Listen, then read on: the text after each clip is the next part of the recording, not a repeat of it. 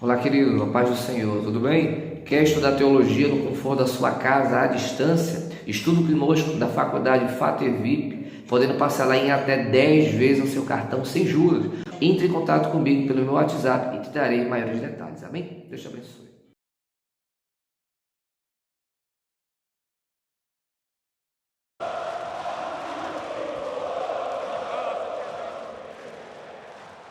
Como começou o São Paulo Futebol Clube? Então, a primeira coisa que eu falo é: não existiu o São Paulo da Floresta.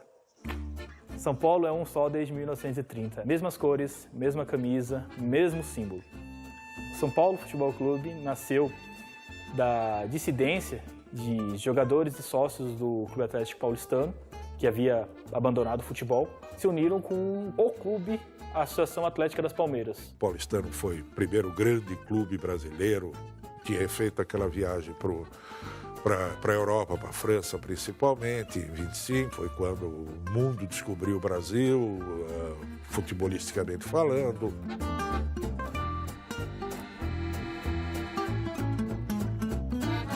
Quando o Clube Atlético Paulistano, que tinha um timaço de futebol, parou com as atividades que era contra o profissionalismo, contra uma série de coisas, muitos dos jogadores foram jogar no São Paulo. Fundou-se um São Paulo, que era uma mistura de estudantes, de gente da sociedade. O Paulistano tinha uma poderosa torcida e ele tinha vamos dizer, a elite de São Paulo. Eles ainda tinham muito poder e tinham dinheiro, e o São Paulo nasce com isso. O São Paulo não foi um clube novo, não foi um clube que pediu o registro do nada. Na verdade, para a federação da época, o São Paulo era a continuação da Associação Atlética das Palmeiras. Só que o peso da união daqueles sócios do Paulistano, que tinha toda uma história de 11 vezes campeão paulista, com a Associação Atlética das Palmeiras, que tinha a Chácara da Floresta, foi tão significante e marcante que para sempre será essa data, 25 de janeiro de 1930. A sorte de São Paulo também é que o nome ajudou o São Paulo. São Paulo da Garoa, São Paulo Futebol Clube, São Paulo. O símbolo foi criado por um alemão, Walter Ostrich.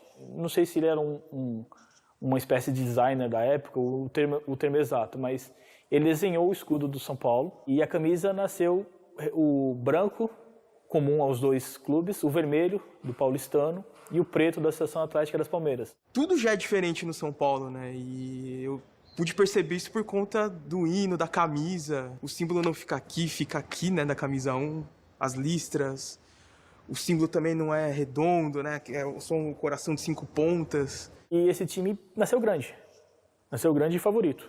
Ganha o título de 31, tem um timaço e tal, Frederich, Luizinho, Araquém, mas aí se atira naquela aventura do Trocadeiro, que era um prédio muito caro no centro da cidade, e começam a fazer alguns desmandos, há um racha dentro do clube, o clube perde a capacidade de sobrevivência e fecha. Mas infelizmente esse São Paulo acabou. E um grupo de pobretões, mas de idealistas, né, chefiados por Monsenhor Dr. Francisco Bastos, figura de destaque no clero, o Tenente Porfírio da Paz, o Dr. Frederico Antônio Germano Menze, Jaime Roso, Gumercindo Nascimento de Luca, Francisco Pereira Carneiro, todos homens pobres, mas idealistas, e queriam ressurgir o São Paulo Futebol Clube. O São Paulo que ressurgiu em 16 de dezembro de 1935, o que ele era? Ele era somente os seus sócios, os são paulinos mais aficionados, que não queriam deixar o São Paulo morrer. Porque o São Paulo não tinha mais nada. Eram os sócios e os símbolos. Era a fé que movia a sua torcida a comparecer, a torcer, a incentivar. Então criou-se esse slogan, que ele era o Clube da Fé. O São Paulo ficou conhecido como Clube da Fé por causa de um artigo do Tomás Mazzoni, em 1937. Vendo toda a dificuldade que o São Paulo passava e todos os esforços que toda a torcida e sócios faziam para manter o clube ativo, e foi nesse artigo que ele batizou o clube de Clube da Fé, porque só a fé movia as pessoas daquele jeito. A fé que tudo um dia ia dar certo. Salve o tricolor paulista, amado clube brasileiro. Então o São Paulo, em 1938, passou a jogar ali na Rua da Moca. Durante pouco tempo, porque em 1940 foi inaugurado o estádio do Pacaembu, e aí a Rua da Moca ficou pequena para qualquer jogo. O tricolor, clube bem amado, as tuas glórias vêm do passado. No dia da inauguração, estava lá o Getúlio. No instante em que o São Paulo entrou na pista do Pacaembu, a plateia começou a bater palma desesperadamente. E o doutor Getúlio Vargas perguntou ao doutor Adhemar de Barros qual o nome desse clube. O doutor Adhemar disse: São Paulo Futebol Clube. É o mais querido da cidade. A turma gritava, São Paulo, viva o São Paulo. Era um Viva São Paulo, que era uma resposta à ditadura. Daí, o clube mais querido da cidade. E nessa época, o São Paulo sempre quis fortalecer uma identidade de o verdadeiro clube brasileiro, o verdadeiro clube paulista. Porque os outros ou eram de colônias inglesas, espanholas, italianas. O verdadeiro clube paulistano, brasileiro naquela época era o São Paulo. E isso só veio a mudar depois com a nacionalização do São Paulo, quando chegou o Leônidas.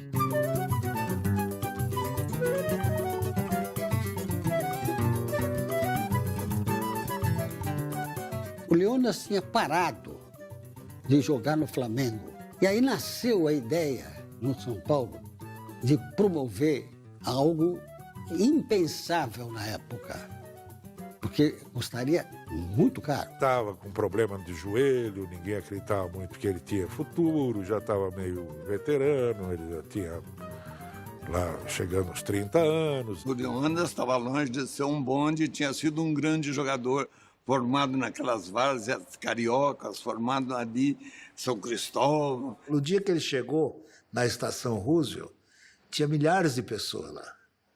E ele ficou entusiasmado. O Leônidas foi carregado nos braços do povo até a sede do São Paulo, na Avenida Ipiranga. Foi um acontecimento inusitado, e muito mais inusitado a estreia dele. No dia 4 de maio de 42, ele estreou pelo São Paulo, no Pacaembu, no jogo que até hoje é o recorde público do Pacaembu contra o Corinthians. Foi 3-3 o jogo. O que ele conhecia de futebol era uma coisa fantástica, porque ele era um homem bastante completo. Ele batia bem de pé esquerdo e pé direito, cabeceava bem. Então ele tinha todas as qualidades para ser um atacante completo, e ele era.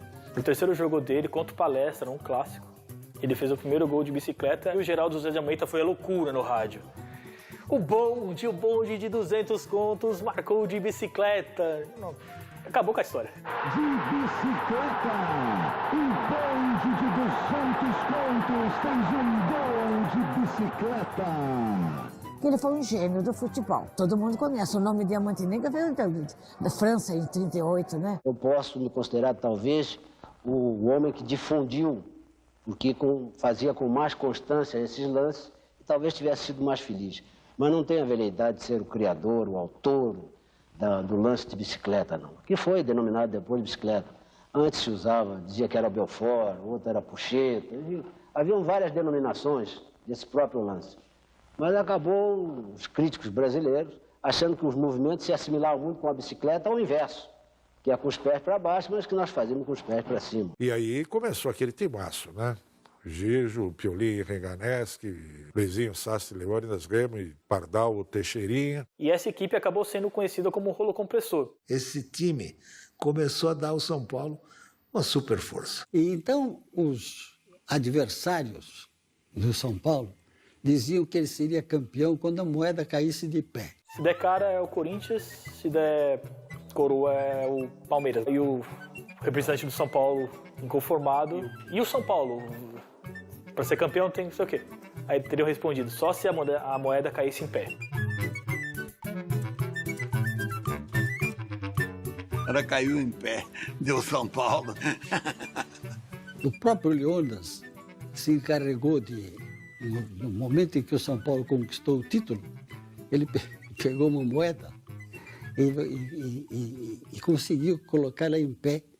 E isso foi um acontecimento que, obviamente, nunca foi esquecido, né? De 43, o forte do São Paulo era a linha ofensiva. Tinha Leônidas, tinha Sastre, tinha Remo, tinha Pardal. A partir de 46, 47, fortaleceu o meio de campo Rui Bauer e Noronha. Eram 3 jogadores de uma técnica esmerada, muita elegância no toque de bola, no passe. Então, São Paulo era um time que privilegiava a classe. Não era time de correria, jogava tecnicamente muito bom. E essa fase é a fase áurea do São Paulo.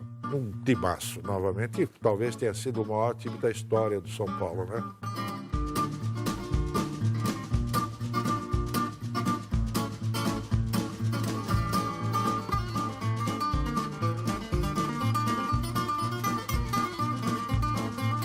O São Paulo não tinha estádio.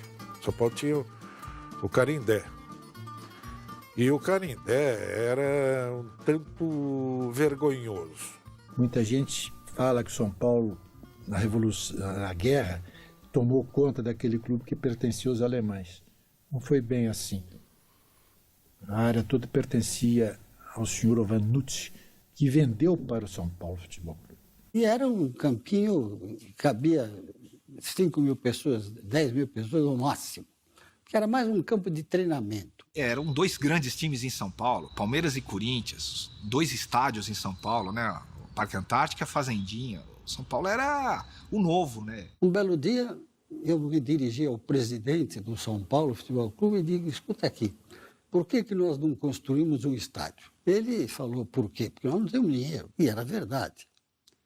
Porém, eu disse a ele, mas o dinheiro tem que vir do sócio, do torcedor, porque se nós admitirmos a ideia da possibilidade de construir um estádio, você não tem a dúvida que tem milhares de São Paulinos que vão aderir. Muita gente pensa que a venda do Canindé foi o começo do Morumbi. A venda do Canindé serviu para pagar as dívidas do São Paulo Futebol Clube. E o Morumbi foi lançado praticamente sem dinheiro, com a venda de ideias. E nos anos 50 começa com Cícero Pompeu Toledo e tal, e a turma lá, a desenvolver o projeto do Morumbi.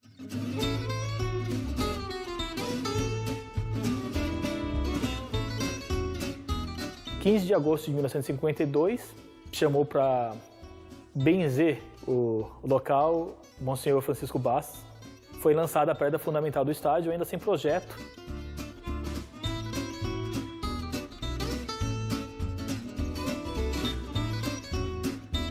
E é claro que para fazê-lo, havia que sacrificar alguma coisa. E o que se sacrificou foi o time de futebol. Além de futebol, o São Paulo começou a manter equipes de atletismo. Ademar Ferreira da Silva foi campeão de boxe com Éder Joffre, a família. Então ele foi ganhando dimensões de um clube poliesportivo.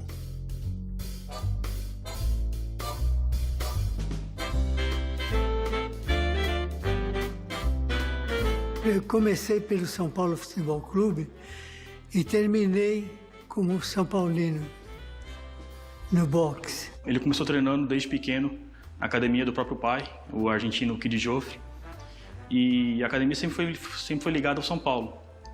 Então, enquanto ele era atleta amador, ele era um atleta filiado pelo São Paulo Futebol Clube. Depois que se profissionalizou, perde esse vínculo, só que ele sempre manteve isso no coração. Aí, nas Olimpíadas, não podia disputar pelo time. Era pelo país. Então, eu disputei pelo Brasil, mas São Paulino.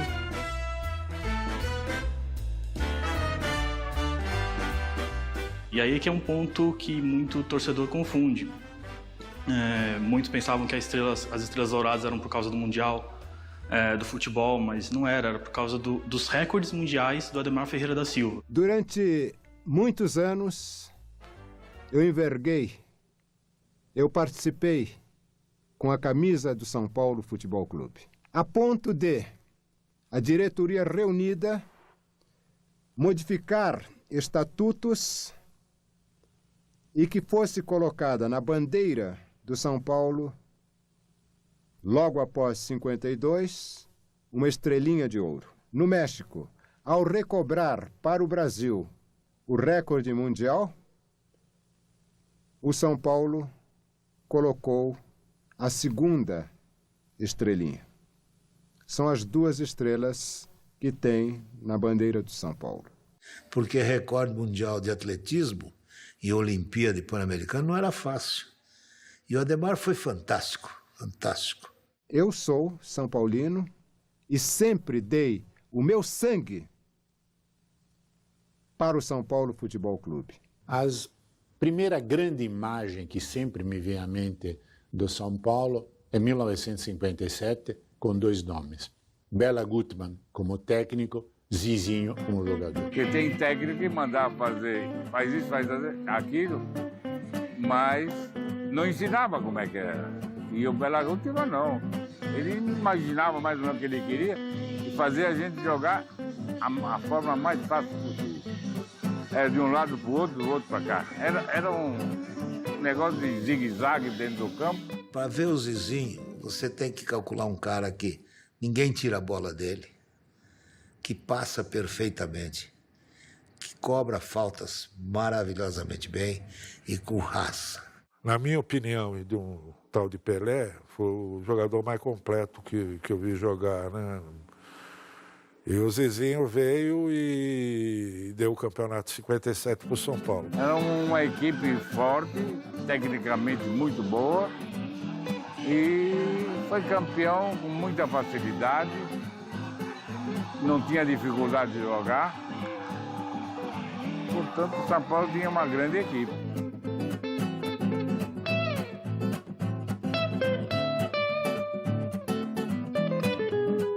A história do canhoteiro no São Paulo é fantástica, porque um belo dia aparece um ex-técnico de futebol com uma magricela lá, que ninguém tinha ouvido falar nele, e ele dizia para o Fiola: põe ele para treinar que vocês vão ver o talento que vocês estão contratando. E o Zizinho dizia assim, o grande, jogando pelas beiradas, o grande foi canhoteiro. E a Garrincha era um louco. O Zizinho me disse isso. Foi a maior ponta que eu vi jogar no mundo. Foi o canhoteiro. A bola podia vir vesga do jeito que fosse, ele punha a ponta do pé esquerdo, trazia a bichinha. Driblava, ele driblava para fora, para dentro, no meio das pernas. Fazia o diabo, não dá para acreditar. E cruzava sempre na cabeça dos caras. Eu vi o canhoteiro perguntar sempre pro seu João, era o cozinheiro. Falei, seu João, não vai esquecer da minha vitamina. E ele, pô, eu comigo pensava, pô, mas esse cara joga tanto, que vitamina que ele toma? Acho que eu também vou, né? Vai marcar nessa, né? Na cozinha do Pacaembu tinha 2 entradas, né? E ele vinha por aqui, eu falei, bom, eu vou dar um jeito de ir por lá e ver que vitamina é essa. Era um copo de caipira desse tamanho, esses copão grandão, liso. Na primeira fase, as obras não eram tão pesadas. Era nivelamento, assoreamento, era a construção das sistemas de drenagem. O concreto erguido mesmo não foi nessa fase. Começou justamente em 1956 para 57, que foi o último título do São Paulo nos anos 50. A partir daí é que os discursos rarearam, porque ou é jogador ou é concreto. Havia muita gente que nem admitia a ideia de pensar tirar um dinheiro do estádio para fazer futebol. E o meu grande trabalho era convencer o São Paulino. Quando a coisa não ia bem, o futebol não ia bem, eu falei, mas vamos ter paciência. Temos que chegar lá. Temos que construir a base para depois obter os resultados. São Paulo, nesse período, ele teve 2 grandes jogadores. O Roberto Dias foi criado no São Paulo. O Roberto Dias foi o São Paulo. Ele chorava, ele vibrava, ele lutava. E era um bom jogador. Tinha uma estatura mediana para jogar na posição em que ele jogava. Mas era um grande jogador. E teve o Benê, médio volante, médio volante, que era do Guarani. O que valia era a expectativa da construção do Morumbi, né? Aqui cada sócio ajudou. E eu era um sócio. Então, eu e meus colegas lá do Mackenzie contribuíamos. O Morumbi foi feito pelos sócios, com dinheiro dos sócios. A gente atendia o sócio ou não sócio, ia na casa deles para vender a cadeira cativa. Eu vendi várias cadeiras cativas, mas o campeão era o seu José Poi mesmo. Não havia São Paulino que não tivesse o prazer de receber a visita do astro que ele idolatrava, né? O Morumbi é o sonho tricolor que o saudoso Cícero Pompeu de Toledo plantou e que Laudo Natel e seus companheiros fizeram germinar. O São Paulo Futebol Clube, que tinha de seu apenas 11 camisas e uma tradição de fé inquebrantável, hoje é isto. Um clube que honra o slogan de São Paulo, a cidade que mais cresce no mundo. É o maior patrimônio esportivo já construído pela iniciativa particular. O monumental estádio Cícero Pompeu de Toledo já é uma realidade. Este é o São Paulo Futebol Clube de hoje, que não para de crescer. Sua fé fez brotar do solo do Morumbi um sonho que parecia impossível. Toda inauguração provoca interesse. Não apenas na torcida, mas ao público em geral. Porque inaugurava-se o melhor e o maior estádio de São Paulo. Esse dia foi um dia de glória. Inauguração do Morumbi.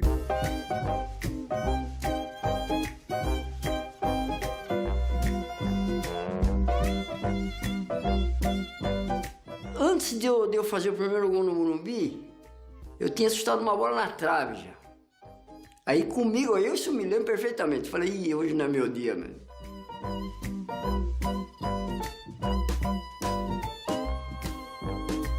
Aos 12 minutos, o Sporting que estava atacando, o Fernando Sato, ele desarmou, entregou para o Gonçalo, e eu desloquei para o meio, e o Jonas foi para a ponta direita, e o Gonçalo lançou o Jonas. E o Jonas caprichou no cruzamento, e eu subi na frente do Gino Orlando e fiz o gol.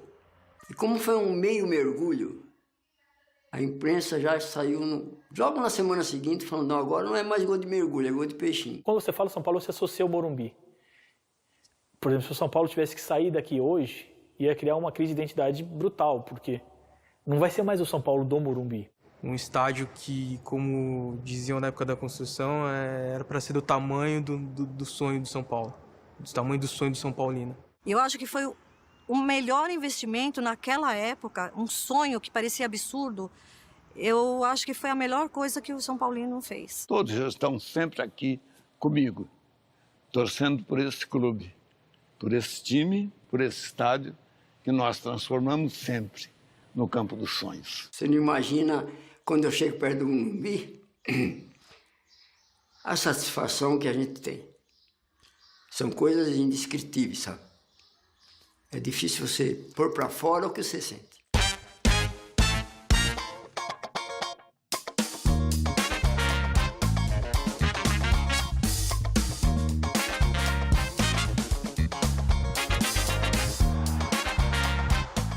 Porque quando eu cheguei aqui, o São Paulo fazia 13 anos que não era campeão. Mas eu não ligava. Aquela contenção de despesa, né? Que estava construindo o estádio, então não tinha uma equipe daquela boa mesmo. Naquela época se investia mais no estádio, né? Aí já começaram a investir no plantel, onde se formou equipes poderosas na década de 70. Então fui jogar com o Gerson, Pedro Rocha, Tolinho. Nossa, minhas pernas tremiam.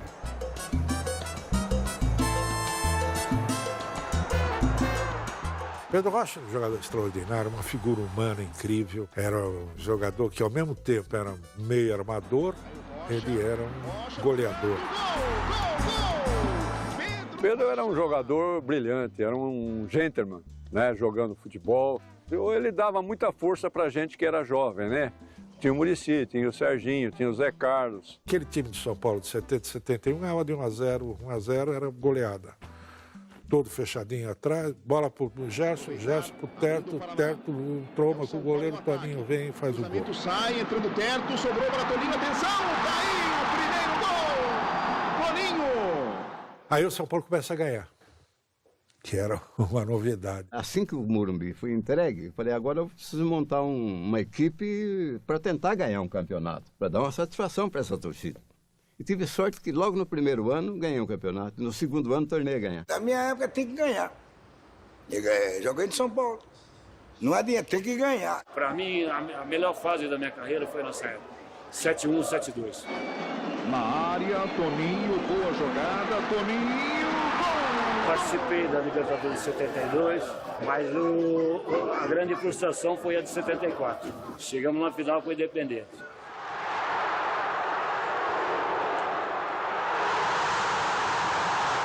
Ganhamos aqui em São Paulo, fomos a Buenos Aires, perdemos, e a negra nós fomos para Santiago.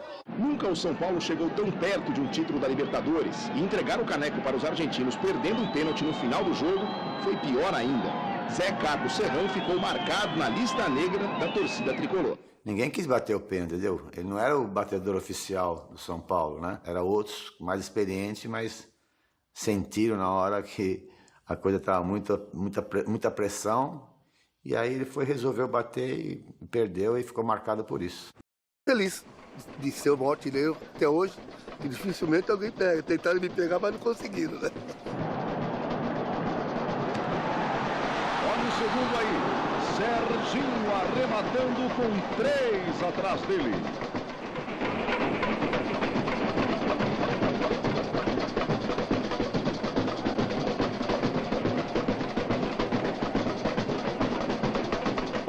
A forma do campeonato era diferente, era por grupos, classificava, então na hora H o time funcionava. E nós sabíamos que o Atlético ia ser muito difícil. E nós fomos para lá com aquela dúvida, né? Jogava Reinaldo, jogava Serginho ficou, tá suspenso, aquela confusão toda. Aí domingo de manhã tocou o telefone, aí era um dirigente de São Paulo, e falou: mas você tem que pegar o Chulapa, e trazer ele aqui para Belo Horizonte. Eu falei: você tá louco, essa hora, onde que eu vou encontrar o Chulapa? O Chulapa deve estar numa balada ainda, acho que lá era 9 horas da manhã. O Chulapa, eu não vou encontrar ele nunca, cara. O jogo era 4 horas. Ele me achou num bar lá na Casa Verde, já com passagem comprada, tudo. Falei: pô, mas esse negócio, você vai para Belo Horizonte, pô, fazer o que lá? Não, o Minelli quer armar um esquema lá. O que você tá fazendo aqui, moleque? Eu falei: vim buscar você, meu. Os caras querem que eu te ponha no avião aí, você tem que ir para Belo Horizonte. Eu falei: é loucura, E tava chovendo pra caramba, tava feio o tempo. Aí peguei um jatinho: você vai? Eu falei: eu não. Aí eu fui sozinho, né? Maior medo, né? Uma chuva que tava lá também. Aí foi com uma estratégia do Minelli. Aí cheguei no Mineirão, entrei no vestiário, troquei de roupa, né? Comecei a fazer o aquecimento e o Minelli deixou a porta aberta. Era tudo uma encenação, porque não podia jogar. Aí o técnico do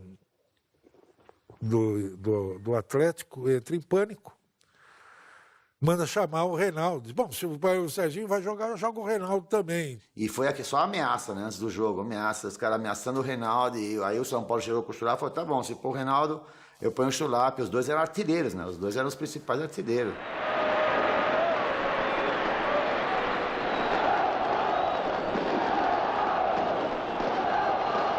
E acabou que aconteceu do empate. E eles não conseguiram fazer nada também. Tiveram chance nenhuma, tal. E foi pro pênalti. Pênalti agora é na malandragem, né? Eu saí fora, porque eu não sou de bater pênalti. A coisa voltou para mim, né? Eu falei: pô, eu preciso dar tirar um pouco a concentração desses jogadores. E eu comecei a falar, né, que o Atlético, vocês estavam nervosos, os jogadores estavam nervosos, que o Atlético tinha a responsabilidade de ganhar, que eu ia crescer dentro do gol, que o gol ia ficar pequenininho. Autoriza Toninho Cerezo.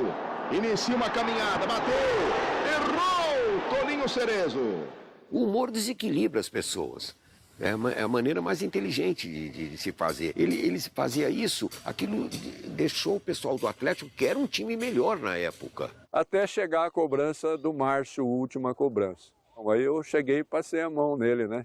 No bumbum dele. E ele olhou para mim assim e tal. Falei: esse já tá no papo. A torcida do São Paulo agora é para que o Atlético erre essa cobrança de pênalti. Zé Sérgio está fazendo sinal para o Valdir que a bola vem no canto direito dele. Atenção, partiu Márcio, errou! O São Paulo é campeão brasileiro de futebol de 1977. Vitória da raça, vitória da vida, vitória do São Paulo. Por isso é que São Paulo é o clube da fé. Quando na verdade ninguém esperava, o São Paulo consegue chegar até lá. Só uma coisa importante: Rubens Minelli, tricampeão seguido do Brasil. Nós tivemos realmente muita satisfação de de ver o nosso trabalho coroado de êxito, porque o São Paulo, tido e havido e desacreditado quando nós iniciamos o trabalho, foi uma equipe que teve uma conduta regularíssima. O Minelli foi o treinador assim que começou no Brasil mudar o futebol brasileiro, o Minelli. Ou seja, foi na época o cara que eu mais aprendi no que diz respeito assim, a futebol tático, que antes não era tanto assim, né? Então ele começou a inovar. Na falha da zaga, o Dinei, Valdir Pérez. Preparou, tocou, Serginho, gol! São Paulo tinha feito investimento, vários jogadores chegaram, né? E deu certo, né? Eu acho que tanto com 80 como 81 o time era fortíssimo. Pode levantar outra vez, essa é perigosa. De cabeça, Renato, gol! Boa bola para Mário Sérgio, lançou Everton, bateu, soltou o goleiro Serginho! Golaço do São Paulo! Era Renato, Paulo César, Dario Pereira, Oscar. Foi mais ou menos a base de 80, foi a base de 81. Oscar era um jogador que cabeceava muito bem, se posicionava, não era tão técnico, e o Dario já era muito mais técnico, sabia jogar. Então combinou muito bem o futebol dos dois e formou uma dupla de zaga mesmo excepcional. Um completava o outro. Na hora de sair pro jogo, saiu o Dario. Né? Na hora de segurar o jogo, o Oscar que comandava ali na defesa para segurar o jogo. O São Paulo, nessa época, nesses 10 anos, ou era campeão ou era vice, campeão ou vice. Então não tinha crise. Agora com perigo, bola perigosa lá na entrada da grande área, subiu o Renato Sá ajeitou para Baltazar, dominou, golaço! Pena que não ganhou aquele campeonato, né? Era só as injustiças de finais, né? Só que o Grêmio também tinha um grande time, né? Enfim. E aí a gente acabou surpreendido um dia que a gente lembra até hoje, muito triste, porque estava lotado o Morumbi, só tinha São Paulino e era duro você sair, aquele silêncio, mundo triste. Isso foi uma frustração muito grande, porque a gente achava que aqui a gente ganhava e que ia ser campeão brasileiro aqui dentro do Morumbi. Agora à noite, o estádio do Morumbi recebeu um público diferente. Pelo menos 30 mil pessoas, a maioria crianças e adolescentes, vieram para a estreia do Show de Menudo em São Paulo.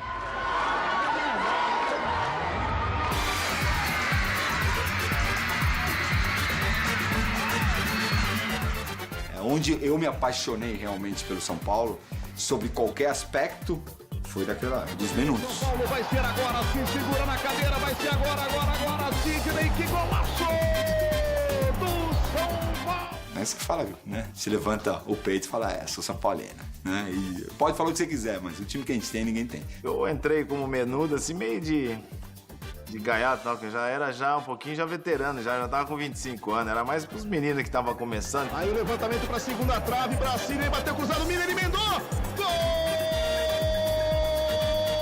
Acabou pegando os meninos, os menudos do Cilinho, né, na época, que era o Cilinho como treinador, com a sua fantasia, com a sua criatividade monstruosa. Foi bom, porque os jovens da época começaram a olhar o São Paulo como um representante dessa juventude. Nelsinho pra Careca, opa, belo tiro, golaço de Careca! Golaço de Careca! O São Paulo tem um ótimo time, o São Paulo faz uma campanha sensacional e eu não tenho medo de transportar isso aos meus jogadores, à minha direção e principalmente à nação São Paulina. Vai terminar, vai ser agora! Acaba o jogo de... Salve o tricolor paulista, amado clube brasileiro. Realmente, o São Paulo tem muitos jogadores técnicos, muitos jogadores habilidosos, uma equipe realmente fantástica e foi comprovado no campeonato da temporada passada. Então a gente dava sustentação para os jogadores novos, né, jogar, né, e ficar tranquilo que a gente segurava atrás. Né? Então tinha uma mistura boa, né? Silas e Miller eram jovens, Sidney jovem. Aí já tinha Careca e o Pito um pouco mais experiente, né? Que dava sustentação. E aí no meio tinha o Bernardo e também jogou Falcão. Né? Então, dessa forma, o time não tinha problema. Teve a saída do Serginho Chulapa, que tem seu histórico espetacular dentro do São Paulo. E teria que tentar fazer o igual ou tentar fazer melhor, né? Então, enfim, era uma missão bastante interessante. Nelsinho vai tentar o cruzamento, olha o Careca, olha o gol! Gol Careca foi uma aposta vencedora. Quando ele foi contratado lá em Campinas, havia muita esperança do que ele poderia fazer. Eu tinha um contrato já assinado com a Inter de Milão. Num convite, né, do São Paulo, eu balancei e foi a melhor coisa que aconteceu na minha vida, né? Para mim, o Careca foi o maior centroavante que o São Paulo já teve e, se marcar, um dos maiores que eu já vi jogar. E 10 anos depois, a gente teve a experiência de ter uma segunda final no Brasileiro, né? São Paulo e Guarani. E, bom, tava tudo certo para ir para Campinas, assistir o jogo, só faltava combinar com o tenente que combinava a escala de plantão do quartel. E, obviamente, a Lady Murphy atuou novamente e eu estava de escala de plantão no quartel naquela quarta-feira à noite. Só tinha uma opção, P3, o portão do posto 3 que tinha um vão por baixo e aí um rolamento e uma fuga, Campinas. Cruzamento rasteiro, Gilmar escapou, Nelsinho e o gol! Gol do Guarani! Gol contra de Nelsinho. Pita na bola, Bernardo, gol do São Paulo! E a prorrogação foi mais fantástica, ainda mais louca, uma das, eu acho que de finais, acho que foi uma das mais importantes que eu vi, emoção do início ao fim. Foi sufocante porque a gente já teve que o jogo inteiro ouvir o hino do Guarani tocando no Brinco de Ouro da Princesa. A torcida hostilizando o pouco de São Paulino que tinha, que a maioria era deles, né? No final, ainda a gente perdendo, né? Ainda o Gilmar ainda me sai jogando com o Wagner. Acho que o Wagner deu aquele bicão da zaga e Pita, que não era cabeceador, daquela resvalada. E eu pedindo pro Gilmar quebrar em cima de mim essa bola, né? Pra mim tentar fazer uma situação pra gente, tava acabando o tempo. Foi um lance, assim, absurdo, né? Pra você imaginar o Pita ganhar de cabeça no meio de zagueiro e dar aquela casquinha pro Careca. Sei lá, faltava 5 segundos pra acabar o jogo. E alguma coisa já tava me dizendo, essa bola vai cair, essa bola vai chegar dessa forma. Eu fechei os olhos e falava assim pra mim, eu não sei se eu abro pra ver ou se eu fecho pra não ver o que vai acontecer. O Wagner vai mandar a bola lá pra frente, na direção do Pita, desviou na esquerda pra Careca, olha o gol!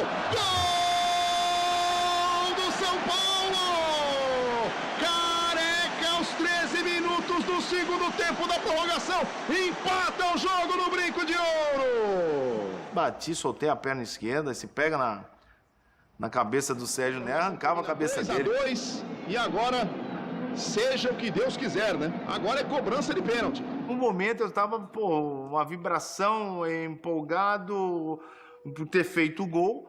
E ali, na hora que eu cheguei, os caras, deixa o Careca bater. Eu nunca fui grande batedor de pênalti, mas eu sempre encarei, sem problema nenhum. Primeira cobrança para o São Paulo. E aí vem Careca. Aquela adrenalina, Careca fez um baita golaço. Careca colocando, defendeu Sérgio Nery. Erra o pênalti. A hora que o Careca perdeu, cara, não é possível que o São Paulo vai perder essa final, depois de ter feito tudo isso, né? Mas tudo bem. Toma pouca distância, João Paulo. Foi pra bola. Alto por cima. Perdeu, joga pra fora, João Paulo. Eu nem me lembro direito como foi a sequência dos pênaltis. Eu só sei que a hora que chegou pro Wagner bater o último, né? E que tinha que fazer. Nossa, cara, ajoelhei e comecei. Essa bola tem que entrar, cara. Atenção, torcedor tricolor, o São Paulo pode ser campeão brasileiro agora. Wagner vem pra cobrança. Vai ser agora. Wagner! Gol! São Paulo campeão brasileiro de 86. São Paulo campeão, uma semana de detenção usando verde, da farda. Mas embaixo estava a camisa do tricolor, porque fiquei feliz, preso, vendo o jogo, não tinha o que fazer mesmo, vendo o jogo, replays. E foi o primeiro título brasileiro que a gente assistiu aí com o tricolor, que foi emocionante com um grupo de amigos lá no Brinco de Ouro. E aí perdeu o Careca, mesmo assim em 87 ainda foi campeão com o Lê. E depois foi campeão de novo em 89. Foi a época que o São Paulo começou a perceber que a prata da casa era um bom caminho, viu? E acho que desde então começaram a aparecer jogadores, tem apostado nessa ficha até hoje, Cotia, enfim. Esses caras são os pais de Cotia, né, os menudos. Ali o São Paulo realmente se firmou com uma grande torcida, a torcida cresceu, até o ponto do Tele Santana, que realmente, né, trouxe uma uma galera jovem para o São Paulo. O primeiro grande São Paulo da minha geração, que nasceu no começo da década de 70, foi a tal máquina tricolor do início da década de 80. Aquele time começava com o Valdir Pérez e terminava no Zé Sérgio. Depois, esse apelido voltou também na fase do Tele Santana com um nome mais moderno. Virou a máquina mortífera.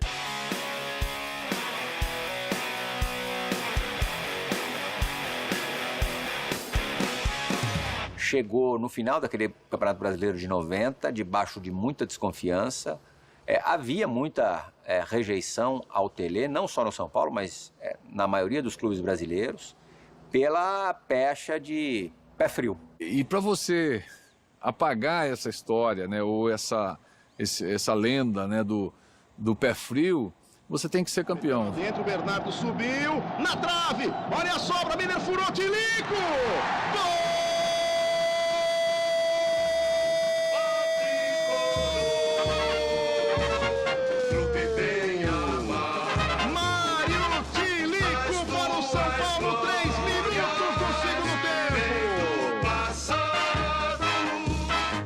Um título importante.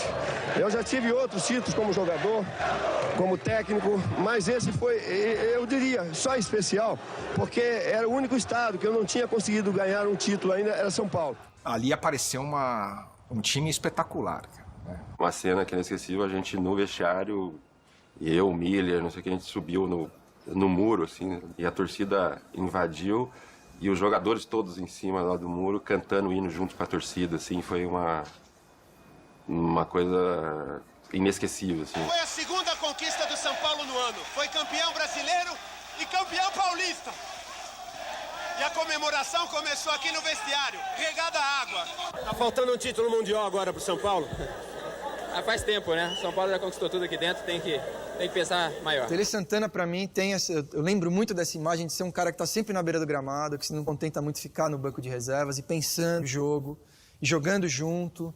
E cara que conhecia futebol muito bem, foi um grande jogador. Ele impunha aquela maneira de jogar, ele impunha alguns fundamentos de passe, principalmente passe, ele não admitia o cara errar um passe. O Cafu mesmo, um jogador que com a força de vontade que ele tem, ele melhorou demais jogando ali pela lateral direita, vai, treina, domina, passa, cruza, ele cruzava toda a bola, eu dizia para Cafu, quando você vai fazer um cruzamento que joga a bola para fora, eu fico vermelho de frente da televisão, de vergonha de ver você fazer isso, porque a culpa não é bem sua, não, é de quem te dirige, é quem treina você, que não ensina. Ô, Cafu, não! De vez em quando a gente reúne o pessoal, ainda começa a imitar o que o Tele falava, né? Mas uma coisa importante do Tele, eu falava pra todos os meninos que treinavam com a gente. Se o Tele tá pegando no seu pé, tira isso como uma boa, tira isso como uma lição, cara. Porque o Tele só pega no pé de quem ele gosta. Mas o São Paulo sempre foi uma característica de futebol bonito, principalmente por toda a história do Tele. Sempre se jogou bonito. E aí, no ano seguinte, em 92, eu não sabia o que era a Libertadores da América. Até ali não se dava muita importância para a Copa Libertadores, até o começo dessa campanha mesmo. A coisa foi ganhando corpo ao longo do torneio.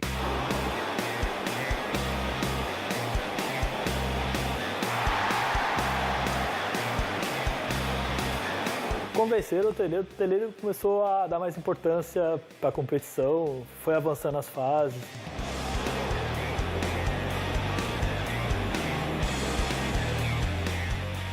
Jogos extremamente violentos, as torcidas eram extremamente hostis, né, nos outros países.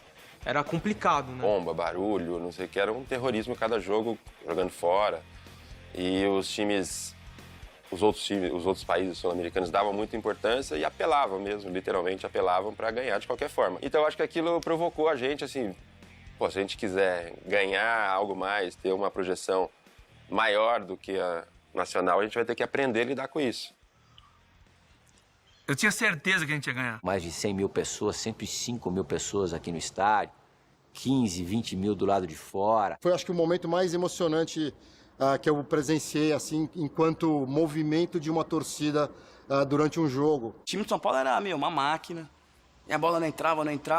Teve que entrar o Macedo aí pra sofrer aquele pênalti. Lá vem o São Paulo, cruzamento do Edilson, Balinha com a bola pra Macedo, derrubado na área, pênalti! Pênalti para o São Paulo. Foi um dos momentos mais fortes da da minha carreira, com certeza, da vida, né? E responsabilidade de bater o pênalti faltando poucos minutos no final da Libertadores, em casa. E o São Paulo era um título inédito. São Paulo, 1-0 aproxima o time do Projeto Tóquio. Lá vem Raí, partiu. Quando eu parei que o Raí bateu, eu já olhei. Quando eu vi o goleiro dando um passo pra cá, que a bola foi saindo, eu falei, nossa, vai entrar, vai entrar, vai entrar.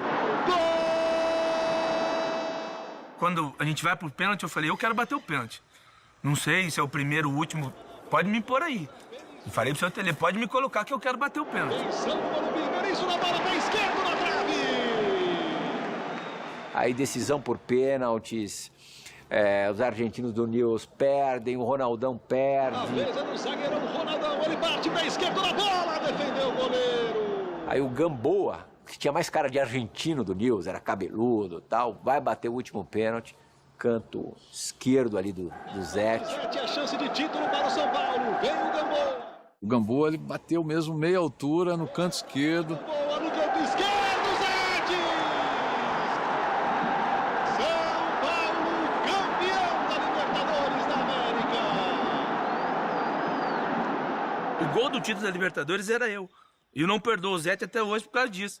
Pô, eu ia fazer o gol do pênalti. Mas aí já não vi mais nada. Já começou aquela invasão dentro de campo. Parecia que as pessoas, elas brotavam no gramado. A gente estava lá em cima na arquibancada, um olhou para a cara do outro. A gente desceu pelo placar e caímos aqui na geral e invadimos o campo. Imagina o São Paulo com toda a história, com a grandeza do São Paulo.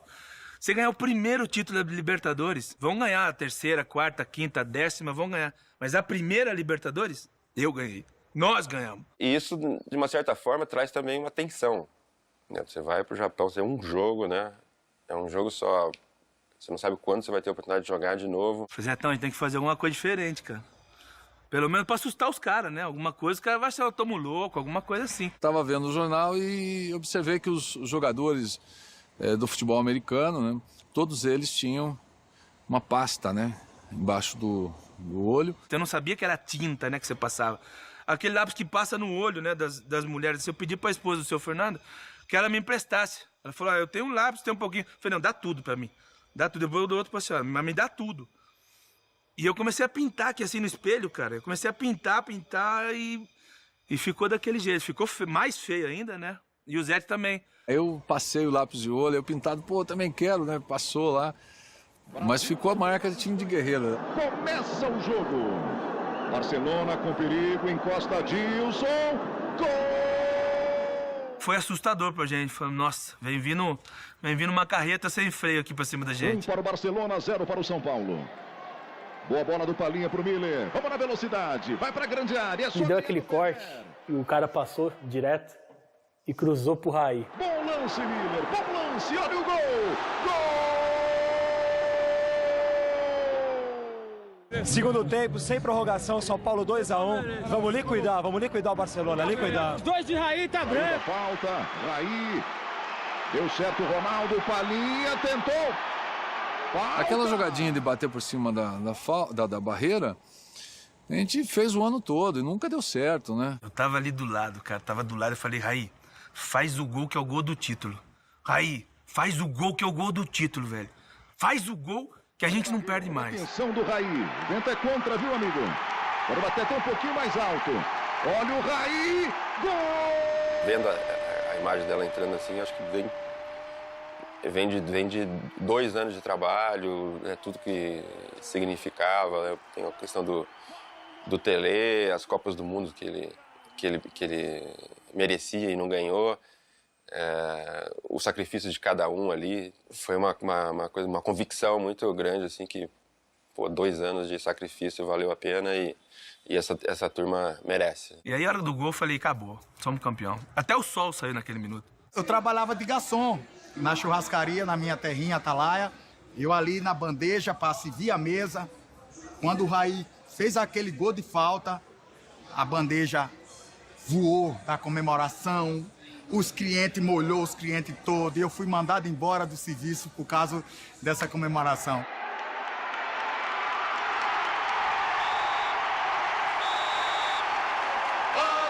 E eu perdi a força naquele momento, porque eu tinha deixado tudo dentro do jogo. A hora que acabou, eu falei, não, sou campeão, cara. Sou campeão do mundo. As tuas glórias vêm do passado, ó tricolor, clube bem amado. As tuas glórias vêm do passado, são teus guias brasileiros que te amam eternamente. De São Paulo A volta ficou mais especial ainda, né? Você ser campeão do mundo e jogar segundo jogo da final contra o Palmeiras. E todo mundo achou que o São Paulo ia voltar cansado, que o Palmeiras ia ganhar fácil e a gente acabou sendo campeão. Torcer pro São Paulo era uma grande moleza, né? De fato era, né? 92, 93 foi uma época mágica. E eu lembro dessa sensação, assim, da gente chegar no estádio como se fosse dar um espetáculo e não jogar uma partida de futebol. Afinal, o primeiro jogo contra a Universidade Católica, na minha opinião, a maior exibição do São Paulo de todos os tempos. Pra mim, acho que foi o maior jogo que eu vi em loco no estádio, foi esse jogo. Meu, teve de tudo, cara. Teve gol de cobertura do Miller, teve o Gilmar driblando todo mundo e fazendo gol aqui, o Palinha chutando bola na trave, o Miller de cobertura, o Zete pegando 50 bolas seguidas ali no gol do fundo ali. O Zete faz uma sequência de defesas incrível. 4 defesas sensacionais. Eu nunca vi um São Paulo tão perfeito, tão tranquilo em uma final de competição como foi aquela, mas muito tranquilo. Quando o juiz apita o final do jogo, um adversário me cumprimenta e fala assim, olha, é impossível, é um fenômeno, esse time é um fenômeno, é impossível. Então isso mostra a grandeza do adversário, né? Se sente tão impotente para até cumprimentar, né? Como se fosse ele um dos espectadores ali que estavam também curtindo o que a gente estava fazendo. Mas esse jogo, cara, o quarto gol do São Paulo, pra mim, foi...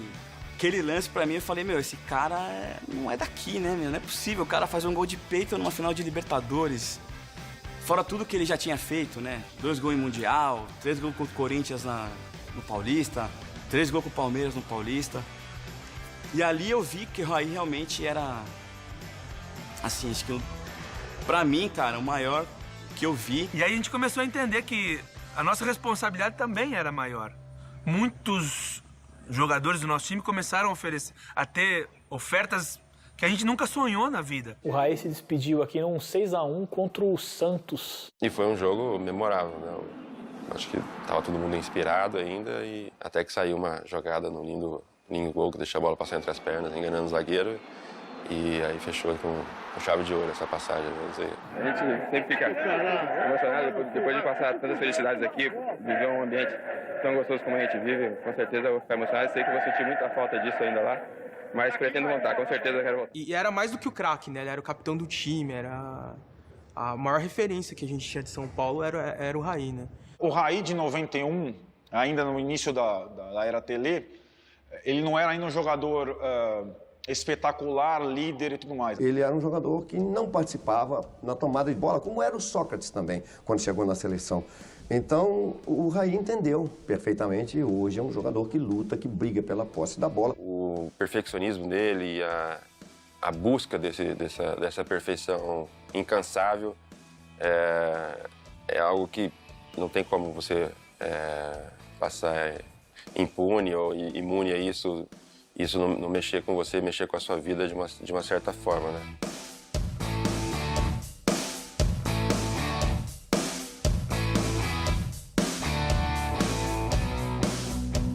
O cara fazia gol em todo jogo decisivo, cara. E meu pai, meus tios, meu irmão falavam, meu, hoje toca no Raí que é gol, cara. O segundo Mundial, talvez por tudo que já estava acontecendo diferente no futebol brasileiro, apesar de ter chegado com moral, não chegou da mesma forma como em 92. Mila achou que ia atropelar o São Paulo. E aí, filho, nosso time entrosadinho, nosso time certinho, experiência do Cerezo, experiência do Leonardo. Nós perdemos o Raí, muita gente achou que a gente não ia conseguir ser campeão novamente, porque tinha perdido o Raí, mas ganhamos experiência com o Toninho Cerezo e com o Léo. Eu sempre falava que não existe sorte azar, existe o trabalho, né? O poder de reação, né? Que a gente executa no treinamento e você faz, né? Essa ação num jogo. Milan, bola para a grande área, 2 livres, gol! E o São Paulo cruzamento para a esquerda, Cerezo!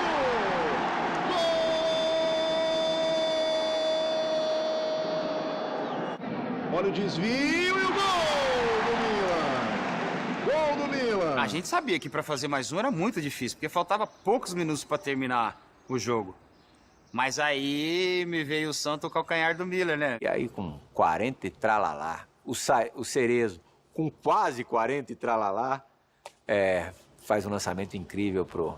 A jogada começou com o Leonardo ali, um drible esperto no meio campo, deu no Cerezo, o Cerezo pro Miller. Cerezo, grande bola pro Miller, saiu o goleiro, ela vai entrar! Gol! Uma jogada consciente, ele sabia que o goleiro ia espalmar. Ele sabia que a bola ia bater no calcanhar dele, aí ele só fez o movimento do campo. Pô, com esse... Vai desmerecer o nosso gol, Xará? Golaço do Miller de calcanhar, tanto é que ele fez assim pro goleiro aí, tá vendo? Vai tirando o meu gol aí que você vai ver. Ali você vê que foi um time. Foi, tipo, o efeito do Tele Santana, né? Instantes finais, terminou! São Paulo bicampeão do mundo! Dentro do São Paulo, cada jogo que eles ganham, para mim, é uma vitória, sempre, né? Mas quando eles ganharam aquele campeonato mundial, tudo lá foi muito bonito, né? Essas duas conquistas deu um grande salto na absorção de uma torcida fenomenal. Em 94, já no segundo semestre, a equipe já estava meio que se desfazendo, né? Era muito difícil ganhar Libertadores, meu. Ganhar 3 anos consecutivos, então, nossa, só o São Paulo ia fazer isso. Na minha cabeça, o tri já estava garantido, né? Morumbi lotado, aquela atmosfera de Libertadores. E ninguém esperava, né, que a derrota fosse acontecer. Então, assim, foram as primeiras sensações de derrota, assim, que eu tive com aquele time, que eu achava que nunca ia perder.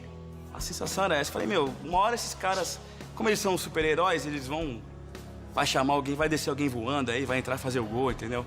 Era a sensação que a gente tinha, cara. Até hoje, assim, eu não consigo engolir essa... Não foi derrota, né? Mas engolir esse resultado. O Tele, ele no final, ele começou a ficar, assim, normal, como todo técnico, desgastado, né? Porque o São Paulo, ele disputava tudo São Paulo naquela época, tudo. E ganhava praticamente tudo. O interesse meu também não seria sair do São Paulo. O que eu estou precisando, eu acho que é justo, é um maior descanso. É a única coisa que eu estou precisando. E como eu fui jogador dele, né, do Tele, e eu estava na base, e ele falou, tá, vamos tentar um Muricy. Aí ele começou a me trazer lá, e aí ele saía um pouco assim de férias, e eu ficava tomando conta do profissional e dos juniores ao mesmo tempo. Até que ele gostou e falou, agora você vai ficar aqui. Aí tive que sair da base e fiquei só com ele. Primeiro que é um time que, assim, visto em agosto de 94, não poderia não encher os olhos de ninguém. Ele, visto 10 anos depois, você diria, pô, era um baita time, né? Só enfrentava o time com o time principal. E sempre na molecada, sempre na alegria, sempre, sabe, deixando os caras fazer o que eles gostavam, que era jogar bem, correr, porque tinha muita saúde, o time tinha muita saúde, né? E aí foi dando certo, foi tomando corpo, né?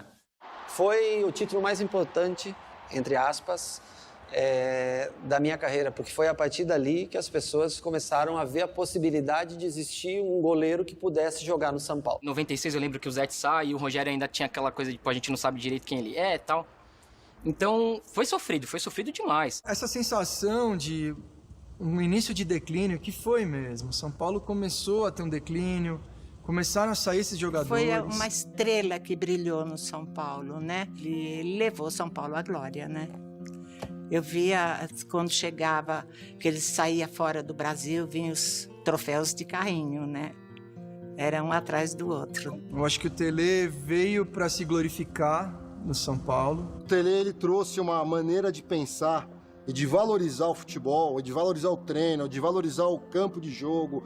São coisas assim que realmente revolucionaram. E no São Paulo, graças a Deus, ele deixou a marca, e uma marca profunda, muito, muito linda. Eu acho que o Tele conseguiu transformar conseguir transferir a paixão que ele tinha pelo futebol para o torcedor do São Paulo, né? E é muito difícil uma torcida ter como principal ídolo um técnico, né? Isso é muito raro. Eu acho que não existe outro clube no Brasil com essa sinergia com o treinador, a ponto de o Tele, ainda hoje, ter o nome dele cantado nas grandes vitórias do São Paulo. Isso é espetacular.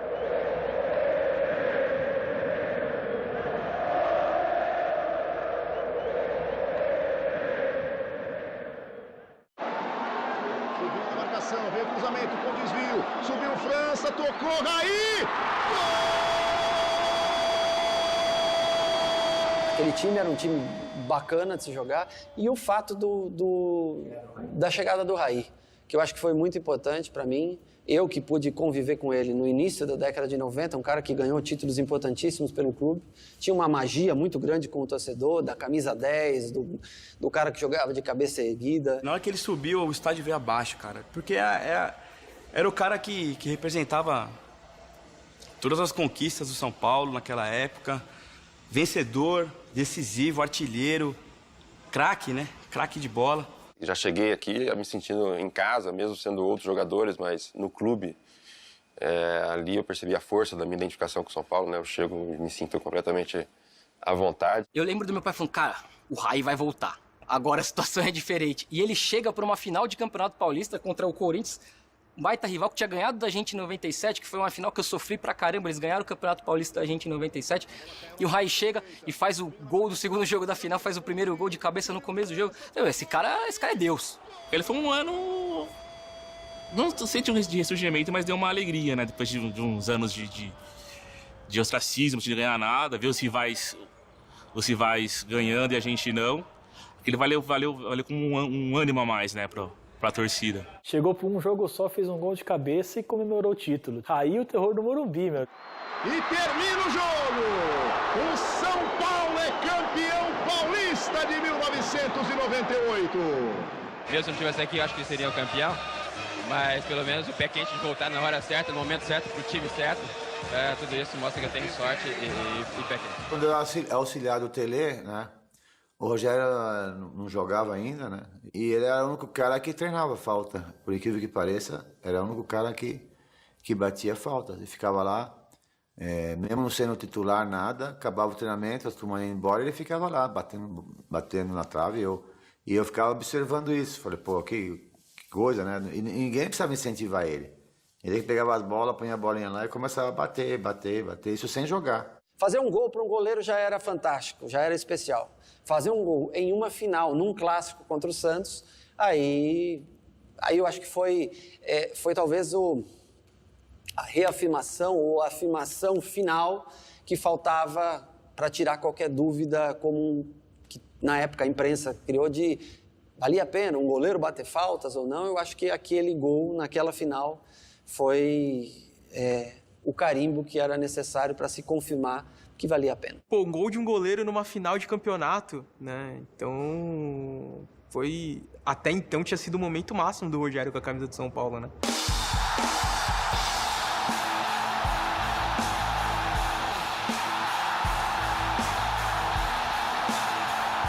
Tive a oportunidade de entrar e mostrei que eu tenho condições, por isso que eu tô aqui. Mas o principal é ajudar o São Paulo a ser campeão. E qual a sensação de conquistar esse título inédito, Kaká? A alegria é muito grande, né? De conquistar um título que o São Paulo não tem. Fico feliz de poder ajudar. 2000 foi o jogo que surgiu o Kaká, né? O Kaká foi apresentado ao mundo. Na última Copa São Paulo que ele disputou, ele foi reserva. Ele era centroavante, foi reserva. Absurdo, coisa dele. Aí ele começou a aparecer mais no time de base, foi lançado no time titular com meia. O Kaká foi importante por, primeiramente, valorizar a produção interna do São Paulo, que continuava investindo em base, sempre crescendo. O Campeonato Estadual foi perdendo força. O torcedor de São Paulo, viciado em Libertadores, queria isso ou brasileiro. Menos que isso não importava. São Paulo só voltou para a Libertadores em 2004. que não era essa festa do caqui, com todo mundo. Era campeão e vice no máximo, ou campeão brasileiro e campeão da Copa do Brasil. Depois de 10 anos a gente voltou para a Libertadores e São Paulino tem esse negócio com a Libertadores. São Paulo estava precisando de Libertadores. O torcedor São Paulino estava sedento de Libertadores. Mas houve aquela fatídica semifinal contra o Once Caldas. Foi frustrante porque nós massacramos o Once Caldas aqui no Morumbi e não conseguimos sair do 0-0. Começamos, né, excelente e terminamos de uma maneira que a gente não merecia terminar. Nós acabamos no último minuto ali, sofrendo os 46, 45, 46, uma linha de impedimento que até hoje eu tenho dúvida se estava ou não. Pode parecer exagero, cara, mas eu queria morrer. Eu queria morrer. Aquilo pra mim foi a sensação de morte. Eu queria me enterrar num buraco e sair dali só quando o São Paulo ganhasse outra Libertadores, sabe? Porque você fica ali incrédulo. Você fala, não é possível que no último lance da semifinal da Libertadores a gente foi eliminado, cara. Eu mal conseguia falar. Não conseguia olhar na cara das pessoas de tão triste, de tão mal que eu fiquei. Apesar de ter feito muitos gols, eu não tinha conseguido conquistar o tão sonhado título da Libertadores. Apesar da esperança, você sentia mais firmeza, eu sentia mais firmeza no time, mas eu não achava que a gente ganharia em 2005. Aí a coisa foi tomando forma, a gente ganhou o Paulista, foi avançando. E o São Paulo tava tudo certo para começar uma Libertadores legal, aí perdeu o técnico. Não estou satisfeito em deixar, mas alguma coisa me chama que eu não sei explicar o que é. O Autuori depois deu sequência a esse trabalho. É claro que numa mudança de técnico incidem vários fatores, positivos e negativos. E o Rogério estava caminhando para uma coisa assim, é o goleiro artilheiro, vai ser o cara que mais partidas fará com a camisa do São Paulo, mas ele precisa ter uma taça, aquilo que simboliza, né? Já tinha 3 campeonatos paulistas, mas não era importante. Se tinha Copa Comembol, não era importante. Rio-São Paulo não era importante. Apesar do Campeonato Brasileiro a gente ter ido mal, lógico, a gente estava muito focado na Libertadores, troca de técnico, mas eu acho que o Rogério Ceni ele estava tão focado, tão inabalável, né, meu, que ele segurou tudo aquilo, ele, praticamente.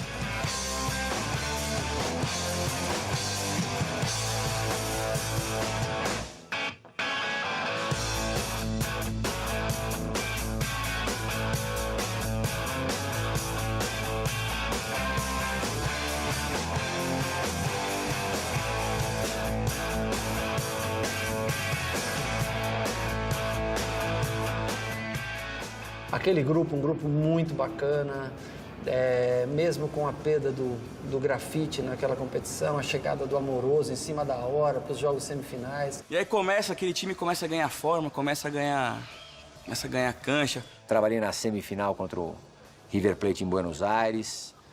Dos jogos que eu vi o São Paulo fazer fora do Brasil em Libertadores, foi o melhor. O São Paulo foi o senhor absoluto do jogo. Quando me entrevistaram, falaram, e agora? Agora pode mudar o nome de Morumbi para Morumbi. E não tinha nem jogado, não sabia nem quem a gente ia enfrentar na final. A coisa mais gostosa que tem na Libertadores, que eu lembro mesmo, que marcou, a chegada no Morumbi. Você vê aquele mar de gente assim indo pro Morumbi, aquilo é fantástico. O que mais tem nessa hora é gente que chega e fala, cara, isso é só futebol, sabe? Se os caras estão ganhando muito, você tá aí sofrendo. Não é, cara. Isso aí é o responsável por eu estudar e trabalhar de bom ou de mau humor, sabe? Os caras que entram ali vestindo a camisa do meu time são os caras que eu admiro, são os caras que eu quero torcer, são os caras que eu pago pra vir aqui gritar o nome deles, que eu tomo sol, tomo chuva, que eu viajo, que eu gasto o dinheiro que eu ganho ralando no trabalho. Então, pode até ser só futebol pra você, cara, mas pra mim não é. Pra mim isso aqui é sério, cara. Pra mim isso aqui é difícil. Quando machuca, é muito difícil. E quando a gente ganha, cara, é uma felicidade que parece que tudo na minha vida tá legal. E 2005 foi assim. 2005 foi a grande prova pra mim que tudo que eu tinha feito até então tava valendo a pena. E aquele foi um atropelo, né? Aquela final ali parecia realmente a final de 93 de novo, que eu tava revendo. Só que em vez do Zete era o Rogério, em vez do Raí era o Danilo, em vez do Miller era o Amoroso. O São Paulo passeou, né? 4-0, numa noite também mágica. Ver o time voltar a levantar taças importantes foi fundamental e foi um brinde, um prêmio para a nossa geração que sofreu tanto assim, né? Entre 94 e 2004, né? Esse é meu time de coração, eu jogo aqui faz 15 anos.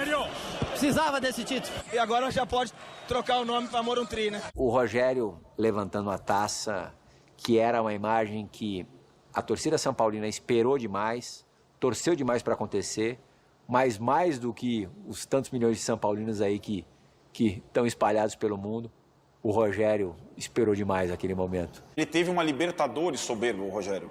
Ele não só, como goleiro foi excepcional, como ele fez gols absurdos. Ele estava tudo que o cara fazia dava resultado. Eu só talvez conseguiria finalizar minha trajetória no São Paulo quando eu conseguisse voltar ao Japão numa outra condição.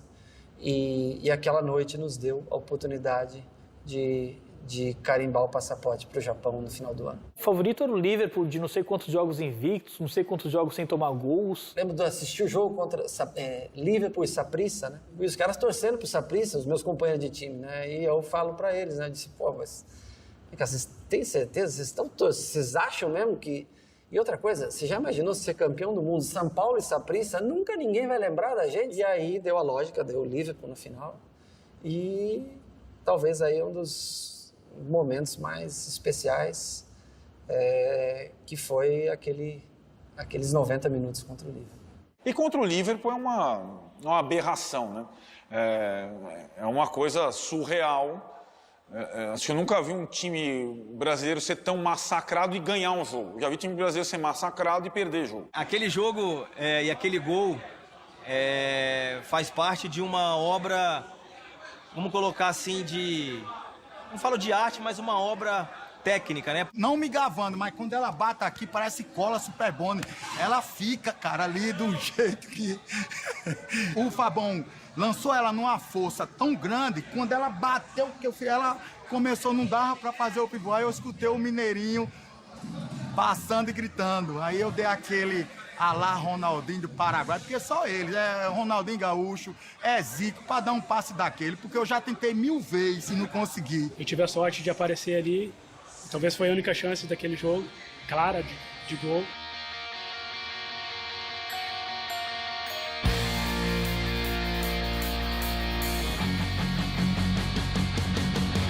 E aí o Mineirinho deixou a qualidade dele indiscutível, guardada lá no estádio de Yokohama. Não foi o gol do Mineiro, o gol de uma equipe que batalhou, uma equipe que tinha um ideal.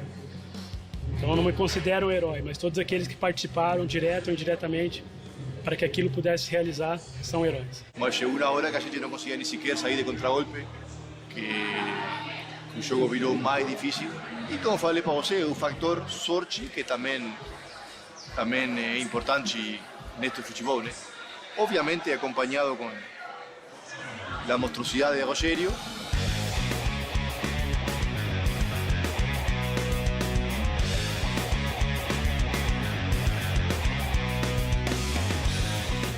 Algumas atuações dele, como a do final do Mundial, aquilo é suficiente para o cara entrar para a história do time, certo? Aquela defesa da falta é impressionante. O Liverpool poderia estar chutando bola até agora, que o Rogério tá pegando tudo.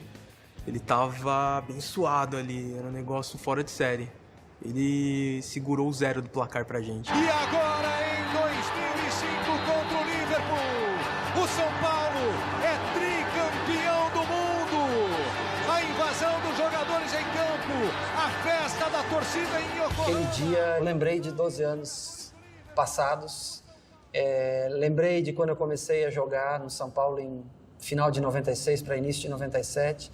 Eu consegui viver 2 gerações distintas, de épocas totalmente diferentes, onde apenas eu sobrevivi de uma geração para outra, mas pude repetir o feito. E isso se tornou muito especial para mim. Conquistou o mundo pelo São Paulo, ele conseguiu, ele deu a volta por cima e dedicou aquele título para todos os São Paulinos. Aquilo lá, nada vai apagar. Somos o melhor time do mundo, pra quem não acreditou! O choro é livre!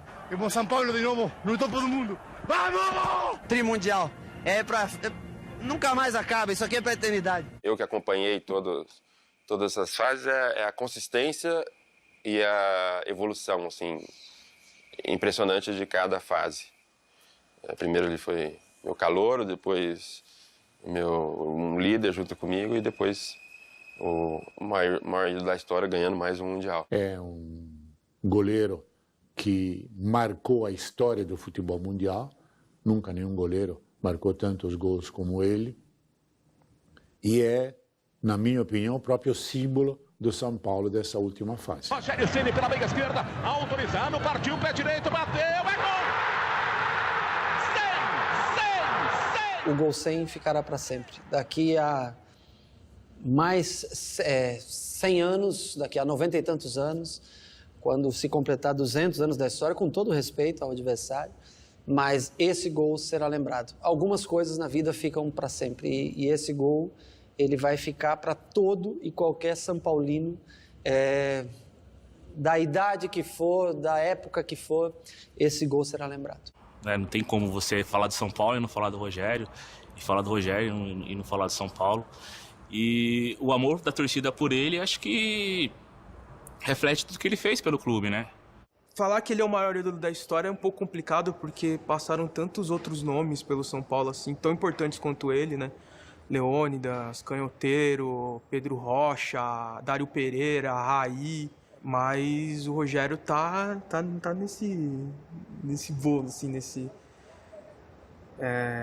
grandes nomes, e para muitos é o maior. A vantagem é de que o cara tá há muito tempo no clube, é isso, ou seja, ele se preocupa muito mais com o clube do que com ele, às vezes, né? O Rogério é mais ou menos assim, e eu também, porque a gente foi criado aí, então a gente tem a outra maneira de ver de todos que estão lá. E eu dizia, puta, mas não é possível, cara. Eu vou passar minha história aqui, campeão da Libertadores, campeão do mundo, campeão paulista, campeão Rio-São Paulo, campeão Conmebol, e não vou ganhar um campeonato brasileiro. E aí se tornou uma obsessão, mas com um começo muito difícil, com a derrota da Libertadores seguinte, de 2006, a final. Ser torcedor é essa montanha-russa aí, cara. Ser torcedor é isso. 2006 doeu um pouco mesmo, doeu muito, mas um pouco menos, porque o São Paulo foi grande do começo ao fim naquela Libertadores. E o Inter também. E foi uma final digna de dois times ali que mereciam levantar aquela taça. Até hoje não tem um dia pior que aquele, porque tava tudo na mão, a gente tava tudo encaixadinho. Um jogo de final não se pode errar. Errei, paciência. O gol também que nós tomamos tava tudo encaixado, tava os nossos melhores cabeceadores, tava os melhores defesas, o nosso time era muito alto. Foi o pior dia, porque aquele time tinha tudo para ser campeão da Libertadores, que era um time muito forte.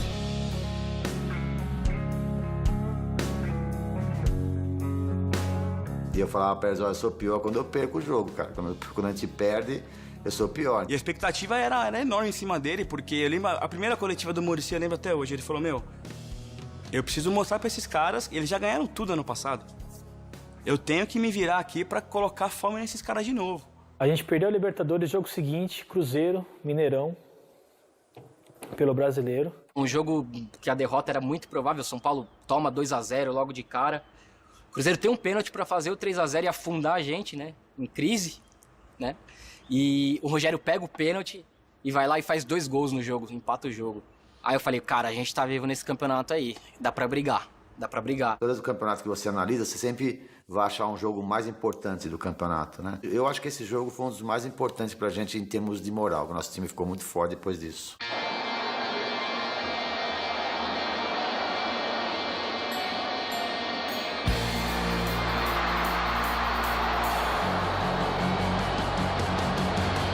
Aquele título primeiro de 2006, foi muito importante. Foi equivalente à importância dele pelo tempo que a gente não conquistava ao Mundial do ano anterior. E eu acho que foi a extensão, porque foi Paulista, Libertadores, Mundial e Brasileiro num espaço de um ano. Um momento em que a convergência entre o que gosta o torcedor do São Paulo e o que mostrava o time aconteceu na plenitude. Bicampeão brasileiro com 4 rodadas de antecipação, fato que não voltou a ocorrer. E o São Paulo conseguiu fazer times que iam se reciclando, mas sempre com essa característica. Daqui é trabalho e tem que ralar a bunda no chão para ganhar jogos.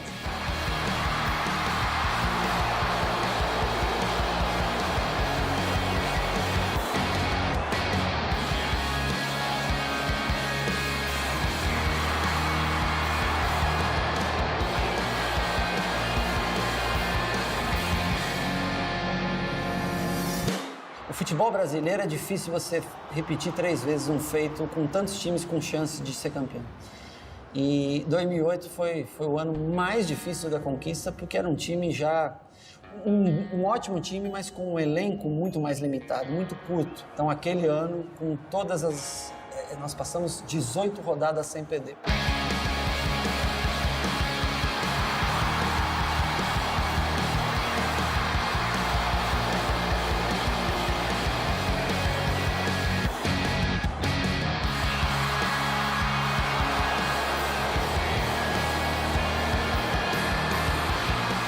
A metade do campeonato ninguém falava do São Paulo, todo mundo já tinha colocado ele de lado. E esse é o grande problema, amigo, é descuidar. O que vai ser lembrado é a alma que esse time deixou, a entrega desse time. E outra coisa, tricampeonato. Ninguém, cara, ninguém tinha conseguido até hoje. O título de 2008 marca muito o que é o São Paulo na sua história, que é o clube da fé, de superação. Tá 11 rodadas atrás, todo mundo dando a gente como morto. E o Muricy conseguir daquele elenco que era o mais limitado de todos, dentre os que já tinham ganhado títulos importantes desde 2005, foi um negócio incrível. Ser campeão do mundo, ser campeão da Libertadores, claro, é completamente possível. É difícil, mas possível. Ser tricampeão brasileiro, ao menos até nos dias de hoje, é única e exclusivamente para o torcedor são paulino. É o único tricampeão brasileiro e nunca, jamais, na forma em que é jogado o Campeonato Brasileiro, nunca ninguém será. Chega a emocionar um pouco.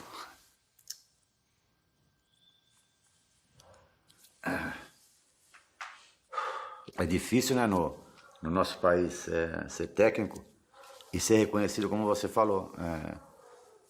Isso aconteceu comigo, eu estava no jogo contra o Cruzeiro na Libertadores agora, que eu estava em casa, estava aqui sozinho.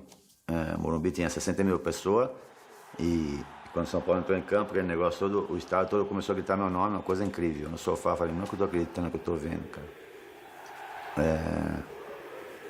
Como essa torcida é incrível comigo, né? Porque eles gritaram o nome do Tele, é normal e acho que tem que ser feito sempre mesmo, porque o Tele fez muita coisa por esse clube, o Tele ensinou muita gente a ser sério, a ser correto, né?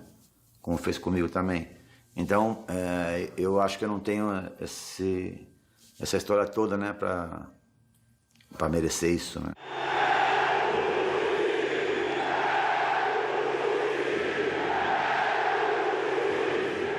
Eu fico muito feliz, primeiro, por ele, por ter tido a oportunidade de ser campeão pelo São Paulo como atleta e retornar ao clube e ter o carinho esse laço que se criou com o torcedor são paulino. É um ídolo.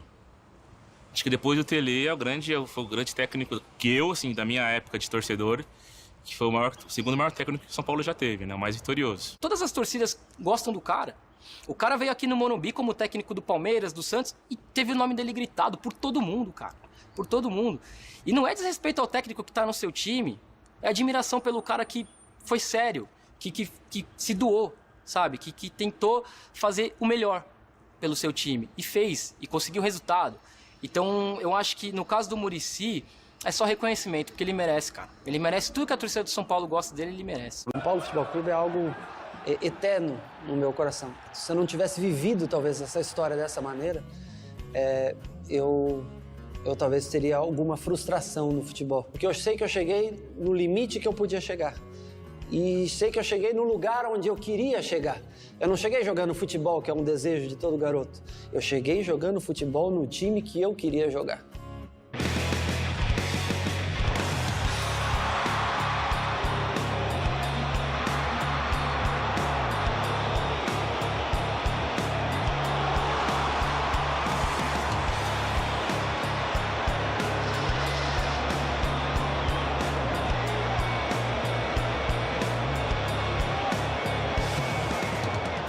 Quando eu saio do Morumbi, eu não imagino que eu possa voltar outra vez.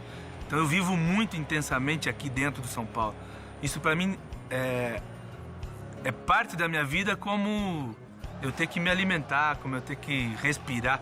Isso para mim, cada vez que eu venho, me enche de orgulho, sem dúvida nenhuma. Me enche de emoção também.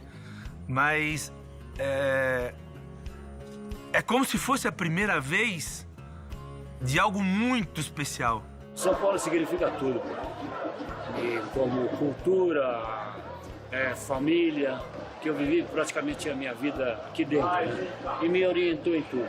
Então a gente, tudo que é hoje, que hoje vocês estão restituindo a gente também, tudo isso a gente deve agradecer ao São Paulo. Isso aqui para mim foi o começo, foi o meio, e hoje nós estamos aqui falando desse glorioso que tanto me ajudou. Então eu sou muito grato, tenho um carinho e respeito muito grande pelo São Paulo Futebol Clube por tudo que ele me deu.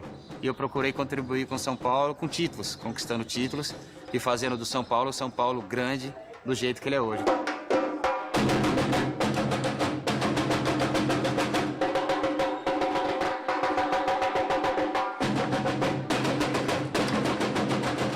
A minha vida pessoal, profissional, foi construída mesmo com muito orgulho no São Paulo, né? E eu defendo essas cores sempre. Minha vida, não tem jeito.